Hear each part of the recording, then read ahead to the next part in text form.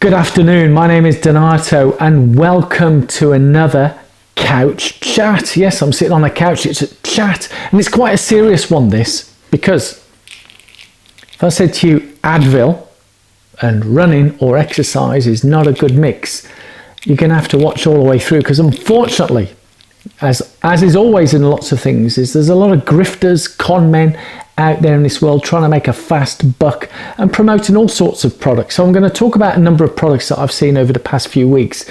But this thing about Advil tipped me over to make this video. So I'm going to share with you, whilst I'm not a medical professional, what my views are, and also some information from some professionals and what they think about some of these products, and should you really be taking them, not taking them. Because if you are new to running, or if you've been an established runner and finding that some influencers out there are promoting certain products or services, should I be taking them or not? I'm going to talk about in detail what we should and shouldn't be doing. My name is Donato and welcome to my channel, and if you're already a subscriber, welcome back. It's great seeing you, and I've got some things to share with you. Some of you may say, oh, this is a bit negative or whatever, but I like to share with you some of the information that I've gleaned from other professionals. But this is soon after now the Boughton 10K, and I've got to give a big shout out and thank you to each and every one of you who watched the video and let me congratulations. Yes, I ran another sub 40 10K, not bad for someone who's 63, soon to be 64 in May, sub 40 and winning my age category. So maybe I know one or two things of how to do the training, what products to take and talk about, and that's what this video is about. I'm going to talk about some products which I sort of think red flag, don't touch, and could be dangerous. So let's go through what they are.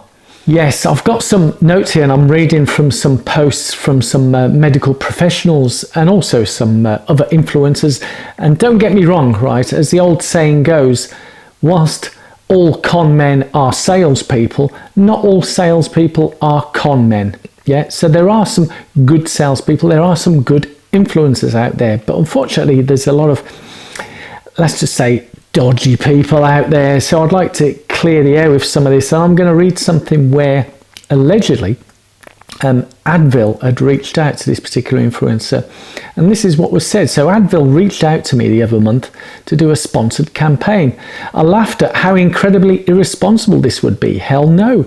Apparently a number of running influencers didn't share my opinion that this was a downright dangerous idea and signed up. Let me be clear. NSAIDs, which is a let me get what an NSAID is. An NSAID is a non-steroidal anti-inflammatory drug, which is medicines, you know, relief, pain relief and whatever. So Advil, I think, is the American version of, basically it's an ibuprofen, strong ibuprofen. And NSAIDs and running do not mix. Not only do they increase the risk of stress fractures, but they will mess up your gut and can lead to kidney issues. So do not use ibuprofen before running or during races. And it's irresponsible for anyone to promote this. Hard stop. So if you see anyone promoting this, you know that they're basically a grifter.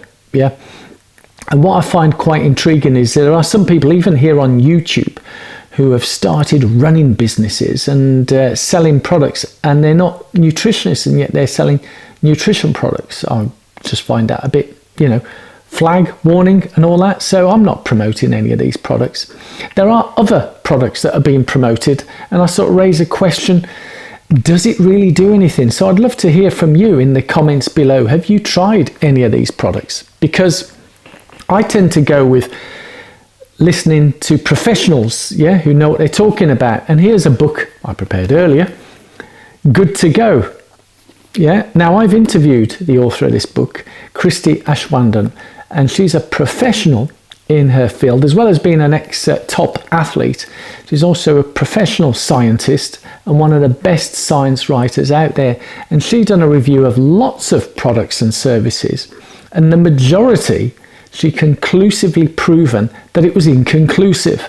So when people talk about various products, and one of them that she proved was inconclusive, and since this book was written, I mean, this book was written way back in, where's the date here? I should have prepared, 2019. So this is like 6 years old, this book, 6 years old.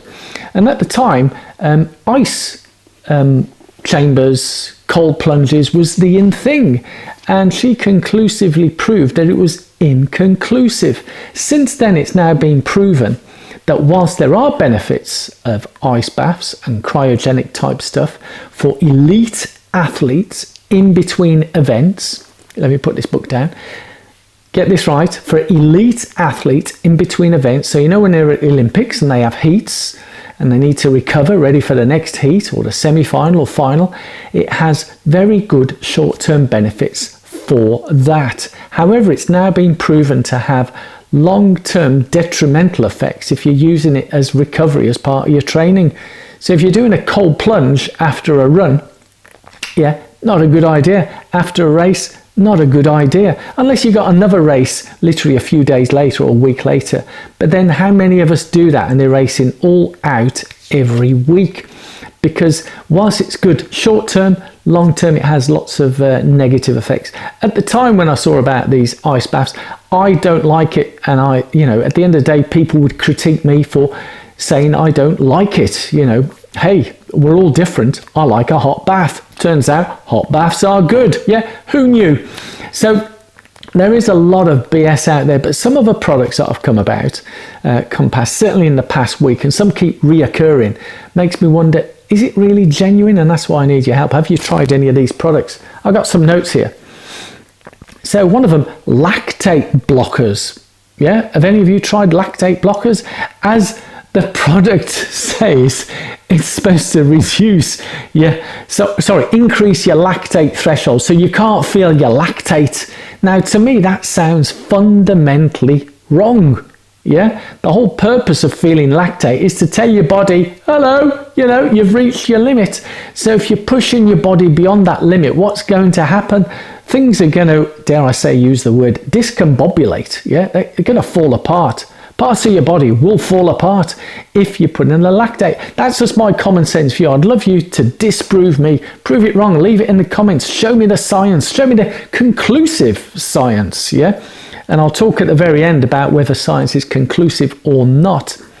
Bicarbonate soda is another one that's doing the trends, At the end of the day, even companies like Morton are now promoting that product. Fine, yeah, but do we, as everyday athletes, and I just need to express, if you are new to this channel, welcome. If you are already a subscriber, welcome back. Give this video a thumbs up, subscribe. But what I'm trying to say is, for me, my history, I'm running at masters level and competing. I've won a British Masters gold medal last year, and then this year I won a bronze medal at 10-mile distance. So you could say I'm performing at the top. I don't try these products. Another product I don't try, beet juice. Yeah, apparently there's some science that proves that makes you faster. So bicarb does certain things, but a lot of these products are there not just to enhance certain things, but also to reduce other things. Yeah, hence the Advil to reduce the pain. Not a good idea. Can cause, as I said, it can cause stress fractures because you're pushing your body beyond what it should be doing. Yeah, so I talked about the ice baths. K-tape.